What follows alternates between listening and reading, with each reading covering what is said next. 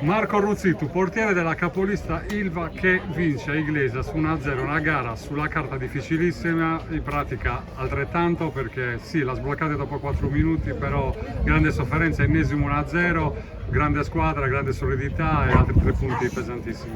Sì, siamo partiti forte, abbiamo subito fatto gol, abbiamo avuto qualche occasione per il raddoppio e poi bisogna fare i complimenti anche all'Iglesias che ha giocato una grande gara, per lunghi tratti ci ha anche messo in grossa difficoltà, magari non ha avuto grandissime occasioni da gol, però comunque ha fatto una grandissima partita e sì, è stata una partita veramente dura, poi siamo rimasti in 10 e l'ultimo quarto d'ora 20 minuti, quindi insomma un punto, sono 3 punti molto importanti. Ecco, appunto, proprio con questa sofferenza si apprezzano più questi punti, perché si combatte tutti assieme, nessuno molla e pesa tanto. Sì, ma non è la prima volta che ci succede. Infatti. A noi, anche con il Sampdoria eravamo rimasti addirittura in 9, quindi in queste occasioni tiriamo fuori ancora quel qualcosa in più e questo ci rende ottimisti per la fine del campionato. Poi per un portiere piace vincere 1-0 e non 5-4. Ma per me, io metterei la firma tutte le domeniche. L'importante è vincere, però 1-0 ancora meglio, dai. Senti Marco, un passaggio importante, la fase decisiva forse del campionato, e questa giornata vi favorisce perché aumentate i 2 punti di distacco.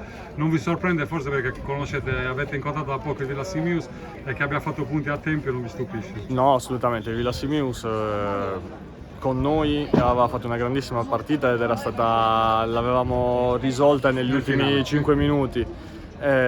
Quindi no, non mi stupisce che sia andata a tempo e abbia fatto questo pareggio. Noi sì, guadagniamo altri 2 punti, però ancora è lunga, quindi c'è da camminare. È lunga e soprattutto una strada piena di ostacoli, di insidie, poi magari non bisogna abbassare la guardia, perché se domenica in casa vostra dove state andando benissimo arriva il Sant'Elena, uno pensa penultimi si vince facile. No, assolutamente, questo campionato ha dimostrato che non ci sono partite facili.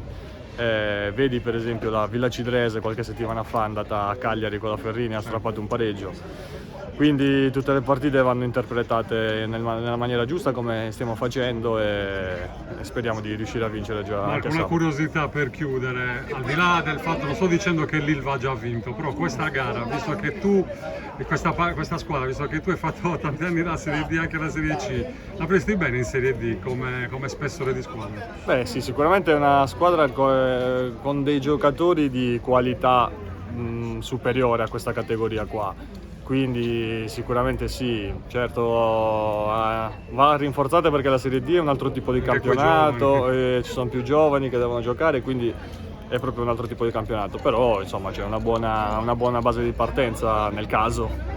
Col portiere sempre. Portiere, si vedrà. Grazie Marco, tanti complimenti e in bocca al lupo. Grazie Crepi.